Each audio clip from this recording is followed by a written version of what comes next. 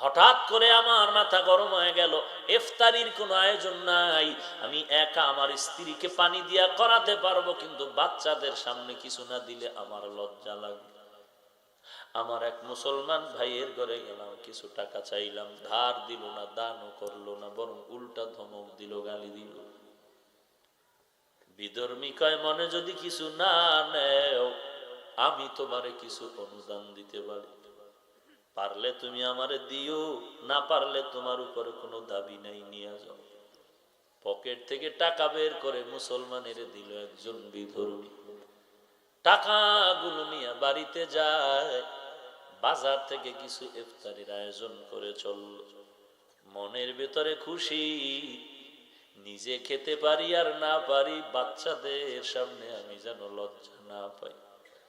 অনেক সময় গরিব মা বাবা এমন আছে, নিজে না খাইয়া বাচ্চাদের খাওয়াইতে পারলে মা বাবার কলিজা ঠান্ডা হয়।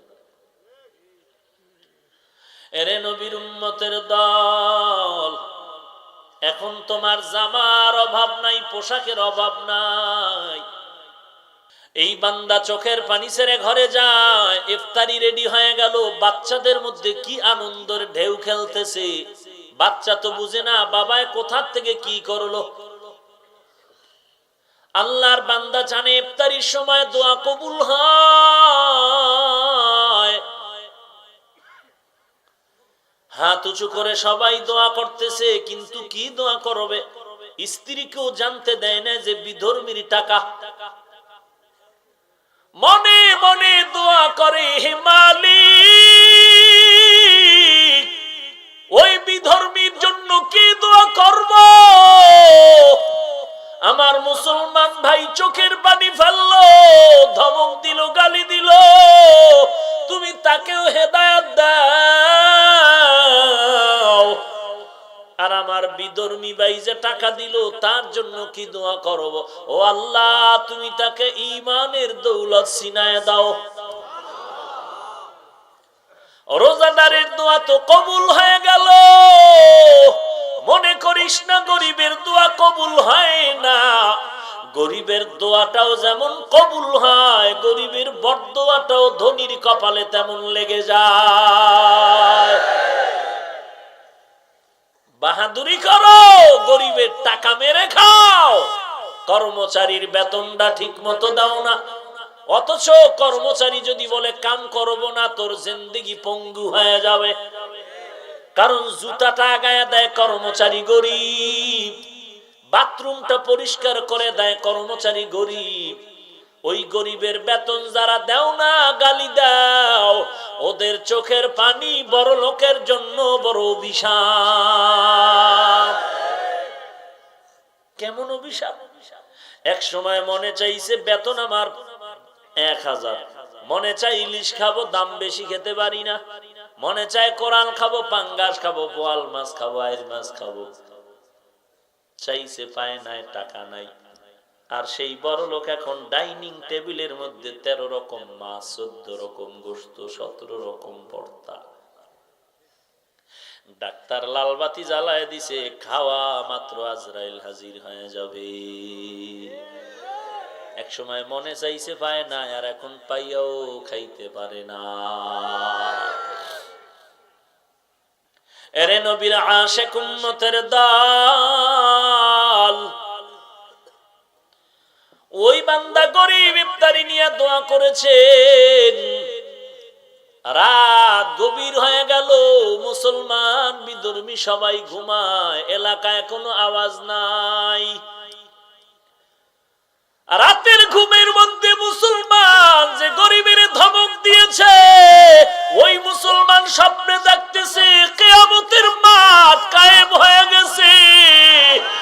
সূর্যটা মাথার উপরে গরম, সূর্যের তাপে জমিনটা তামা, অপরদিকে জাহান্নামের আওয়াজ, অপরদিকে আমার আল্লাহর কুদরতের আওয়াজ। সবাই মানুষগুলো বুক ফাটা কান্না, সূর্যের তাপ কেউ সহ্য করতে পারে না। কারণ আজকে জমিন থেকে 9,30,00,000 মাইল উপরে সূর্য, একটা মুখ জমিনের মধ্যে দেওয়া, ওই মুখে ফিরিস্তা ঠান্ডা পানি দেয়, এরপরও তাপ সহ্য করতে পারি না। দিনের বেলা সূর্য ছিল, রাতে নাই, এরপরও কেন এত গরম লাগে, এত ঘাম। আর কিয়ামতের ময়দানে এই সূর্য মাথার উপরে আসবে, একটা না দুইটা না 12টা মুখ জমিনের দিকে দেওয়া হবে, কোনো ঠান্ডা পানি নাই। আল্লাহ অর্ডার করবে, এর সূর্য তোর যত তাপ আছে জমিনে ছেড়ে দে। জমিনে সূর্যের তাপ, জমিনটা তামা হয়ে যাবে। ওদিকে জাহান্নামের আওয়াজ। মুসলমান ব্যক্তি ওই ঘুমের ঘরে সব দেখতেছে, মানুষগুলো ছোটাছুটি করতেছে পাগলের মতো। নাজাতের কোনো রাস্তা নাই, সবাই পাগলের মতো দৌড়ায়। হঠাৎ করে দেখলো ওই যে দূরে কিয়ামতের মাঠের পাশে একটা সুন্দর ঘর, এসি ওয়ালা একটা বিল্ডিং দেখা যায়। দৌড়ায় গেল, এয়ার কন্ডিশন ওয়ালা বিল্ডিং। সামনে গিয়া দেখে দরজায় তালা। বলে ভাই দরজাটা খুল, একটু ভেতরে আরামে বসবো। আমার কলিজা ফেটে যায়, ছটফট করে পানির পিপাসা। সূর্যের তাপে মাথার মগজগুলো টাস টাস করে ফেটে যাচ্ছে। এইবার দারোয়ান বলবে খবরদার, এই ঘর তোমার জন্য বানানো হয় নাই। ওই গেইটে তাকায় দেখ কার জন্য বিল্ডিং বানানো হয়েছে, তার নাম লেখা আছে। এই ঘর ওই ব্যক্তিদের জন্য বানানো যারা গরিবের মাথায় হাত বুলাইয়া মুখে হাসি ফুটায়, যারা দান করে, গরিবের আবেগ মিটায় দেয়, গরিবের মনের আশা পূরণ করে। মুসলমান এগুলো দেখতে দেখতেই সজাগ হয়ে গেল। সজাগ হইয়া আরো পাগল। কি দেখলাম, অন্তরে ভয়ে ঢুকলো যে আমি গতকাল এক গরিব মুসলমানের যে গালি দিয়েছি, আল্লাহ বোধহয় আমার উপরে বেজার হয়ে গেছে। আর চোখে ঘুম নাই। ফজরের পরে ওই মুসলমান গরিবের বাড়ি দৌড়ায়। গরিবের মুসলমানের বাড়ি যাইয়া পা জড়ায় বলে আমারে মাফ করে দাও, তোমার কত টাকা লাগবে তুমি টাকা নিয়ে যাও, আর তোমারে গালি দিব না। মুসলমান বলে বাবা জীবনে সুযোগ একবার আসে, 12 বার আর আসে না। আমার টাকা লাগবে না। বলে তোমার ইফতারি কেমনে হয়েছে? বলে আল্লাহর কুদরত। বলে কেমন করে? বলে তুমি যদি আমাকে গালি দিয়া তাড়ায় দিছো, টাকা দাও না। রাস্তার মাঝে আমার চোখের পানি দেখিয়া একজন বিধর্মী আমারে টাকা দিয়েছে ইফতারি করার জন্য। বলে কোন এলাকায় বাড়ি? বলে এই এলাকার পরের এলাকা তার বাড়ি আছে। মুসলমান পাগলের মতো দৌড়ায়, বিধর্মীর বাড়ি গিয়া হাজির হয়ে গেল। বিধর্মীর গিয়া পায়ে ধরে কয় তোর টাকা ফিরাইয়া নিয়া যা, ডবল নিয়ে যা, তারপর তুই আর টাকা রাখিস না। বিধর্মী কয় মুসলমান মনে মনে ভাবতেছো ওই বিল্ডিং তুই পাবি না, ওই বিল্ডিং তোর কপালে না। মুসলমান আরো পাগল হয়ে গেল। রে ভাই, আমি ঘুমের মধ্যে কি দেখেছি না দেখেছি তুমি কেমন করে জেনেছো? বিধর্মী লোকটা চোখের পানি ছেড়ে দিয়া বলে আয় মুসলমান, আমারে বিধর্মী বলে আর ডাকবি না। আমি আর বিধর্মী নাই, কারণ আমি রাতের বেলা যখন ঘুমায় গেলাম, আমি ঘুমের ঘরে দেখি আমার মায়ার মদিনার নবী হাজির। আমার মায়ার নবী আমার কিনারায় এসে হাতটা বাড়ায়, বলে হাতটা বাড়াইয়া দাও। আমার মায়ার নবীর হাতের সাথে যখন আমার হাতটা লাগাইয়া দিলাম, পড়ায় কালেমা পড়। আমি আমার নবীজির হাত ধরে ধরে আমি কালেমাটা পড়া শুরু করলাম।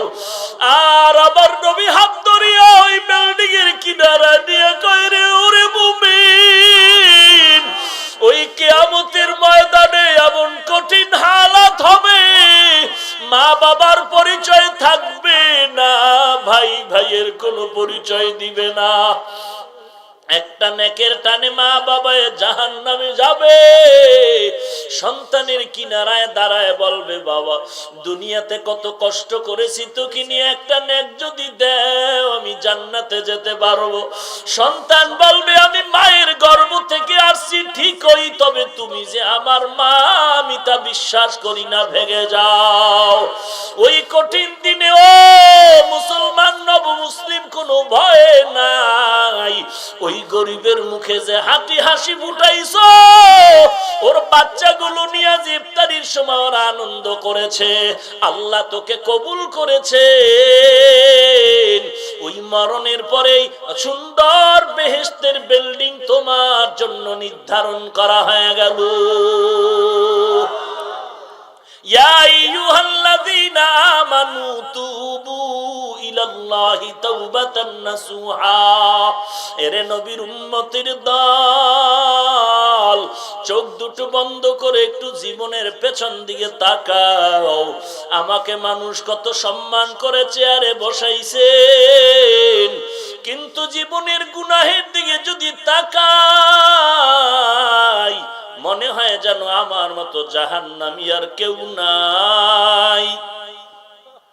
এত বড় গুনাহগার, দুনিয়াতে এসেছিলাম কত শান্তির জীবন, পবিত্র জীবন, ওই জিন্দেগি নষ্ট করে ফেলেছি গুনাহের কারণে। হাতের দিয়ে তাকায় দেখি গুনাহের কারণে আমার হাত না পাক, গুনাহের কারণে আমার জিহ্বা না পাক, আমার অন্তর না পাক, আমার চোখ দুটো না পাক। এরে আল্লাহর বান্দা ও মুরব্বী ও যুবক ও পর্দার আড়ালের মা, আল্লাহর দরবারে তওবা করো, তাওবাতান নাসুহা। গলায় ছুরি আসবে, মরে যাব, গুনাহের কাছেও যাব না রে ভাই। ওই জাহান্নামের একটা সেকেন্ডের আযাব সহ্য করার শক্তি কারো নাই। সাহাবায়ে কেরাম এত দামি, এত ইলমওয়ালা, এত আমলওয়ালা, এরপরও এত কষ্ট জিন্দেগিতে করেছে। কত কষ্টের বিনিময়ে তারা ঈমান থেকে পেছনে যান নাই। এরে নবীর আশিক উম্মতের দল, আল্লাহ তাআলা মুসা নবীর যুগে একটা ঘটনা ঘটায় দিলেন। এক যুবক এত বড় গুনাহগার, এমন কোন গুনাহ নাই করে নাই। এলাকার মানুষ মিটিং করলো, এই যুবকের আর এলাকায় রাখা যাবে না, এর হাতে পায়ে রশি লাগায় জঙ্গলে ফেলে দাও, মা বাবার সাক্ষী নাও। মা বাবাও তার আর মায়া করতে পারবে না। মা বাবায় দস্তখত দিয়া মিটিং করে সন্তানের হাতে পায়ে রশি লাগাইয়া জঙ্গলের মধ্যে ফেলে দিয়ে সবাই চলে আসলো। কিছুদিন পরে আল্লাহ তাআলা মুসা নবীর কাছে ওহী নাজিল করলেন আর বললেন, ও পয়গম্বর মুসা, অমুক জঙ্গলের কিনারায় যাও, আমার একজন প্রিয় বান্দা ওলিয়ে কামেল, ওই বান্দার জানাজা দাফন কমপ্লিট করে আসো। মুসা নবী আল্লাহর ওহী পাওয়ার পর লোকজন নিয়ে জঙ্গলে চলে গেলেন। আল্লাহর ইশারা পাইয়া গিয়া দেখে ওই সেই যুবক, যেই যুবকের আমরা সন্ত্রাসী আর গুনাহগার বলে, অপরাধী বলে তাড়ায়া দিলাম হাতে পায়ে রশি লাগায়া, ওই যুবকের লাশ পড়ে আছে। মুসা নবী আশ্চর্য হয়ে গেলেন। আল্লাহর অর্ডার, জানাজা পড়াইলেন, দাফন শেষ করে আল্লাহর কাছে বললেন, আল্লাহ, এলাকার সবাই যাকে সন্ত্রাসী বলে তাড়ায়া দিল, আপনি বললেন সে নাকি আপনার প্রিয় বান্দা, তা বুঝলাম না কিভাবে হলো। আল্লাহ বলেন, ওরে মুসা, তুমি কি জানো না আমি আল্লাহর একটা নাম রহমান, আমি আল্লাহর একটা নাম গফফার। ওই বান্দাটাকে যখন জঙ্গলায় ফেলে চলে গেছো, ওই বান্দা ডানে বামে কাউকে না পায়া চোখের পানি ছেড়ে কান্না শুরু করলো। আর আমি আল্লাহকে ডেকে ডেকে বলেছি, ওরে মালিক, আমার মাও নাই, বাবাও নাই, কেউ নাই, সবাই আমাকে জঙ্গলে ঠেলে ফেলে দিল। ও আল্লাহ, তুমি আমাকে ফালায়া দিও না। জীবনে শয়তানের ধোকায় পড়ে, নফসের ধোকায় পড়ে যত গুনাহ করেছি, আজ আমি তোমার দরজায় ফিরতে চাই, মাফ করে দাও। আর গুনাহ নিয়ে কবরে যেতে চাই না।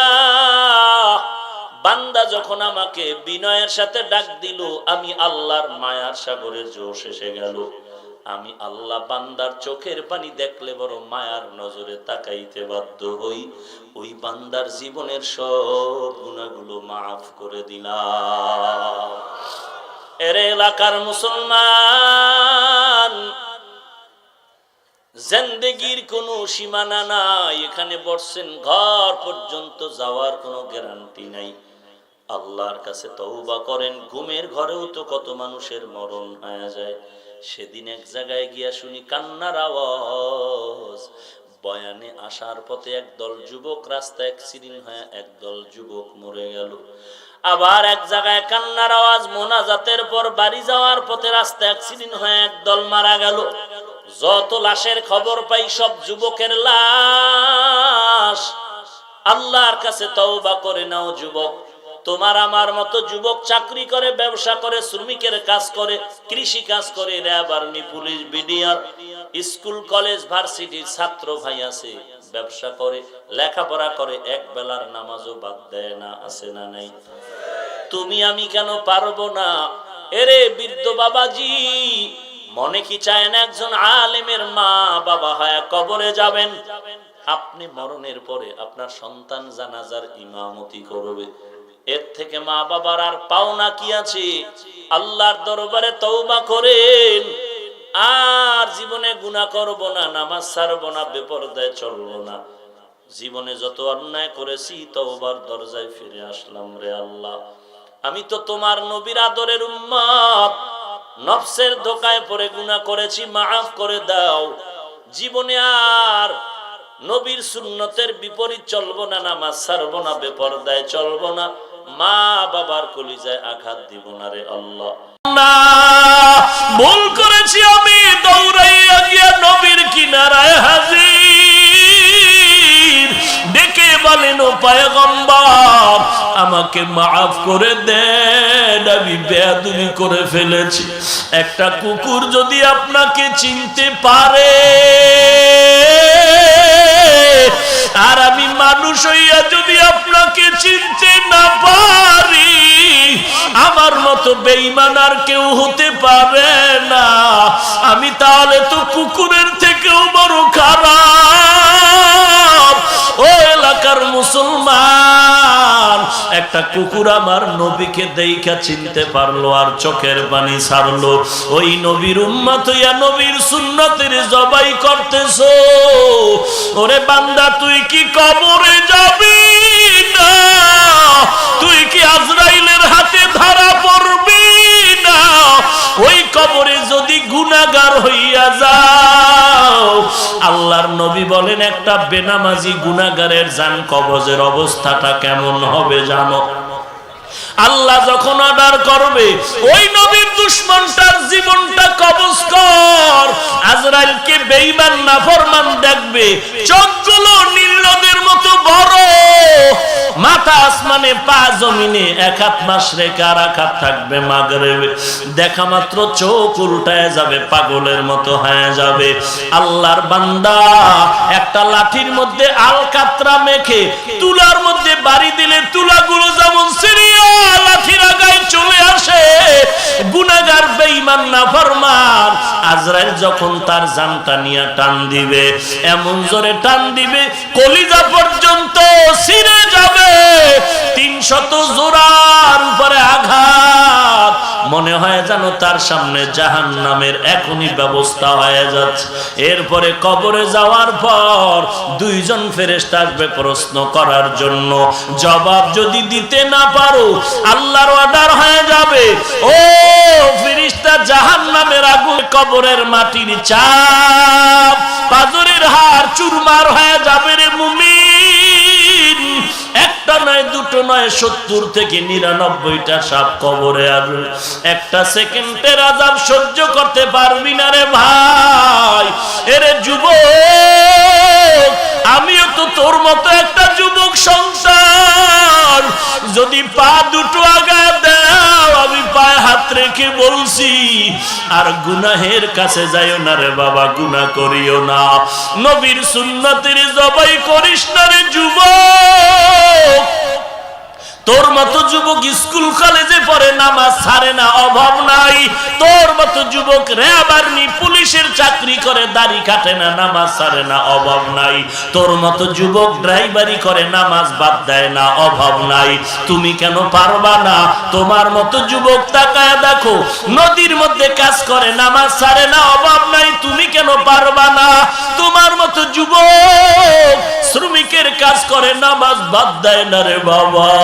কত যুবক আইসা কান্না করে আর বলে, হুজুর আমার মতো জাহান্নামের আসামি আর কেউ নাই। আমি আজকে থেকে তওবা করলাম, আর দাড়ি কাটবো না, নামাজ ছাড়বো না। এরে যুবক, আল্লাহর গোলাম, কবরে তুই কি নিয়ে রওনা দিতেছ?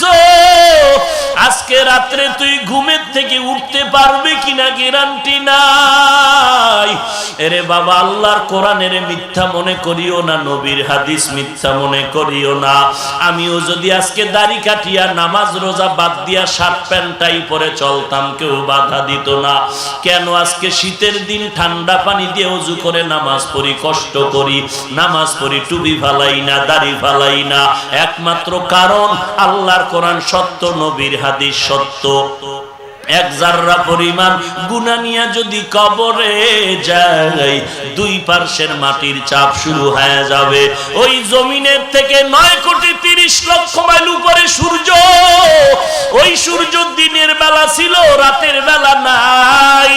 এরপরও এত গরম, শীতের মধ্যে এত গরম। কিয়ামতের ময়দানে গুনাহগারের মাথার উপরে সূর্য যখন চলে আসবে, আল্লাহ অর্ডার করবে, সূর্য তোর 12টা মুখ নিচে দিকে ফিরে দাও, সূর্যের তাপ জমিনে ছেড়ে দাও। সূর্যের তাপে বেঈমান মাথা, বেঈমান নাফরমানের মাথার মগজগুলো টাস টাস করে ফেটে যাবে। পেটের গলিত ভেতরের নারী বুড়ি পায়খানার রাস্তা দিয়ে বের হয়ে যাবে। অপর দিক দিয়ে জাহান্নামের চিল্লানো আওয়াজ। আর একদিকে আমার আল্লাহ ডাকবে, গুনাহগারের আয়, তোরা নেককারদের থেকে আলাদা হয়ে যা।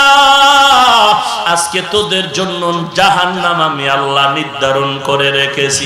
আর যারা সুন্নতের আমল নিয়ে কবরে যাইবা, কিয়ামতের ময়দানে আল্লাহ ডাকবে, বান্দা জান্নাতের দিকে আগায়া যাও।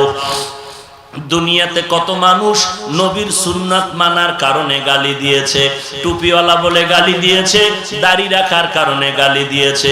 তুমি আল্লাহর মহব্বতে, নবীর মহব্বতে দাড়ি ফালাও নাই, নামাজ ছাড়ো নাই। আমি আল্লাহ আজকে তোমার মহব্বতের পুরস্কার দিব। আল্লাহ বলবে, ফেরেশতা এই বান্দারে স্বাগতম দিয়া নূরের তৈরি আরশে আজিমের কিনারায় নিয়ে যাও। সূর্যের তাপ যেন আমার বান্দারে কষ্ট না দেয়। আল্লাহ বিচার শেষ করে এই বান্দাগুলোরে জান্নাতের মধ্যে ঢুকাইয়া আল্লাহ জান্নাতে গিয়া বলবেন, ওরে আমার আশিকের দল, দুনিয়াতে যারা আমি মাওলাকে তালাশ করে খুঁজিয়া পাও নাই, আমি আল্লাহর মহব্বতে টুপি পরেছো, নামাজ পড়েছো, আমি আল্লাহকে দেখতে পারো নাই, আজকে আমি আল্লাহ তোদের সামনে হাজির।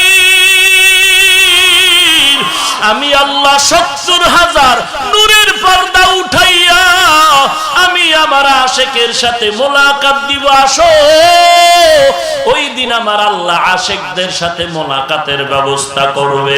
সুন্নতের আমল করো রে বাবা, পায়ে হাত রেখে বলি, আর মা বাবারে কষ্ট দিও না, আল্লাহ ওয়ালাদের বিরোধিতা করিস না, নামাজ বাদ দিস না রে যুবক। কয়দিন আর দুনিয়াতে বাঁচবি?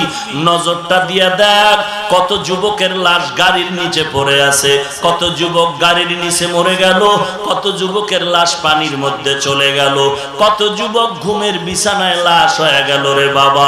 কয়দিন আর বাঁচবা? এই যৌবনের বাহাদুরি চিরদিন থাকবে না। তওবা করো, গলায় চুরি আসলে মরে যাব, তারপরও নামাজ ছাড়বো না, দাড়ি কাটবো না, মা বাবাকে কষ্ট দিব না, আলেম ওলামাদের বিরোধিতা করব না, দেশ ও জাতির বিরুদ্ধে ষড়যন্ত্র করব না, 5 ওয়াক্ত নামাজ পড়ব, কোরআন শিখবো, কোরআন পড়ব, আল্লাহ ওয়ালার পরামর্শ নিয়ে আমলকে ভালো করে চলবো। তওবা করার যদি খাঁটি নিয়ত হয়, খাঁটি তওবার নিয়তে দুটো হাত আল্লাহকে দেখায়া দাও। আয় আল্লাহ হাতগুলো কবুল করে নেন। আমরা তওবার নিয়তে হাত তুলেছি, কবুল করে নেন। তওবার উপরে মজবুত হয়ে চলার তৌফিক দান করেন। আয় আল্লাহ গুনাহের প্রতি ঘৃণা জমায়া দেন, নেক আমলের আগ্রহ বাড়ায়া দেন, নবীজির সুন্নতওয়ালা জিন্দেগি দান করেন। আমিন। আলহামদুলিল্লাহি রাব্বিল আলামিন। والصلاة والسلام على سيد الأنبياء والمرسلين وعلى آله وأصحابه أجمعين يا أرحم الراحمين يا أرحم الراحمين يا أرحم الراحمين رب ارحمهما كما ربياني صغيرا رب ارحمهما كما ربياني صغيرا बता हमको तेरे राह की तरफ है तेरे राह पर चला हमको खुदाया या इलाही मुझसे मुझको दूर कर ताकि देखो मुझ में तुझको एक नजर ओ दयार मालिक কুদরতের নজর দিয়া তাকায় দেখেন ময়দানের ভেতরে কত উলামায়ে কেরাম হাজির, কত সাদা দাড়িওয়ালা হাজী সাহেবরা হাজির।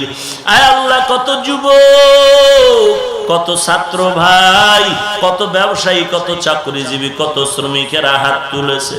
ও আল্লাহ টাকা চায় না, বাড়ি চায় না, গাড়ি চায় না, এখানে হাজির হওয়ার একটাই কারণ আমরা জাহান্নাম থেকে মুক্তি চাই রে আল্লাহ। দুনিয়াতে আসছিলাম কত পবিত্র, প্রস্রাব করে দিলেও তো মা বেজার হয় না, কোনো কষ্ট পায় না। আজকে ওই পবিত্র জীবনটারে গুনাহ করে নাপাক করে ফেলেছি রে আল্লাহ। গুনাহের কারণে আমার হাত নাপাক, গুনাহের কারণে আমার চোখ নাপাক, আমার কান নাপাক, জিহ্বা নাপাক, অন্তর নাপাক। মনে হয় যেন আমার মতো জাহান্নামের আসামি এখানে আর কেউ নাই। এরপর আপনার রহমতের দরজা ছাড়ি নাই রে আল্লাহ। ও আল্লাহ আপনার ছেলে নাই, মেয়ে নাই, আমরাই তো আপনার আদরের গোলাম। ও আল্লাহ আপনি আমাদেরকে খালি হাতে ফিরাইয়া দিয়েন না। কত বড় বড় বেঈমানকেও তো মাফ করে দিয়েছে। আমরা তো আপনার আদরের নবীর উম্মত। ও আল্লাহ গুনাহগার বলে তাড়াইয়া দিয়েন না রে মালিক।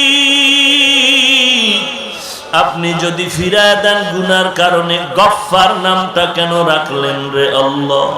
রহমান নাম কেন রাখলেন?